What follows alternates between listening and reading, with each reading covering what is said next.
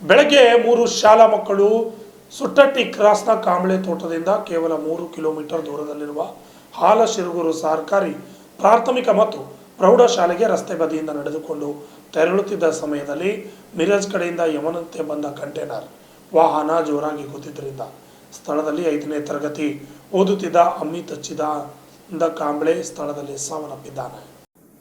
ಇನ್ನೆರಡು ವಿದ್ಯಾರ್ಥಿಗಳಾದ 10ನೇ ತರಗತಿ ಓದುತ್ತಿದ್ದ 16 ವರ್ಷದ ಅಂಜಲಿ ಲಕ್ಷ್ಮಣ್ ಕಾಂಬಳೆ ಮತ್ತು 10ನೇ ತರಗತಿ ಓದುತ್ತಿದ್ದ 16 ವರ್ಷದ ಅವಿನಾಶ್ ಚಿದಾನಂದ್ ಕಾಂಬಳೆ ಸ್ಥಿತಿ ಚಿಂತಾಜನಕವಾಗಿದ್ದು ಹೆಚ್ಚಿನ ಚಿಕಿತ್ಸೆಗೆ ಹಾರೋಗೇರಿ ಪಟ್ಟಣದ ಖಾಸಗಿ ಆಸ್ಪತ್ರೆಗೆ ದಾಖಲಿಸಲಾಗಿದೆ.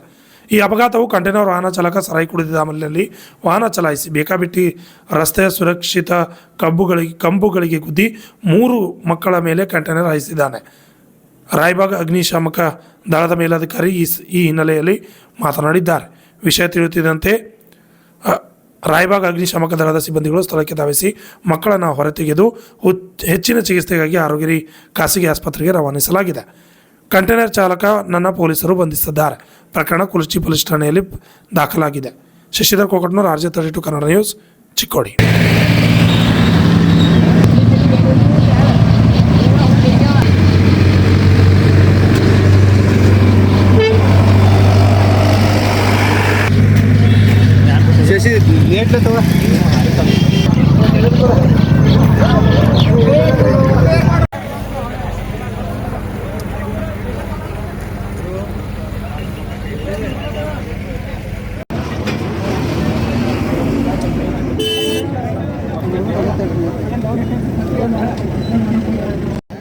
ನಮಗೆ 9:05 ಕಾಲ್ ಬಂತು ರೀ.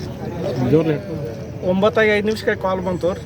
ಕಾಲ್ ಬಂದ ಮೇಲೆ ಇಮಿಡಿಯೇಟ್ಲಿ ಟರ್ನ್ಔಟ್ ಆಗಿ ಇಲ್ಲಿ ಬರೋದ್ರೊಳಗೆ 3 ಜನ ಕೆಳಗಡೆ ಸಿಕ್ಕಾಕೊಂಡಿದ್ರು ಮಕ್ಕಳು, ಸ್ಕೂಲ್ಗೆ ಹೋಗೋ ಮಕ್ಕಳು.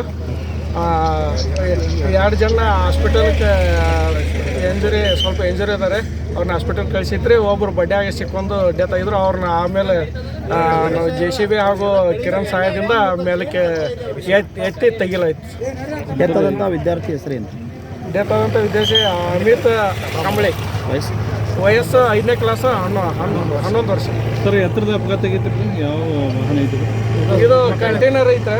ಕಂಟೈನರ್ ಏನು ಕಂಟೈನರ್ ಲೋಡ್ ಐತೆ. ಇದು ಗೊಬ್ಬರ ಐತೆ ಅಂತ ಹೇಳ್ತಾರೆ.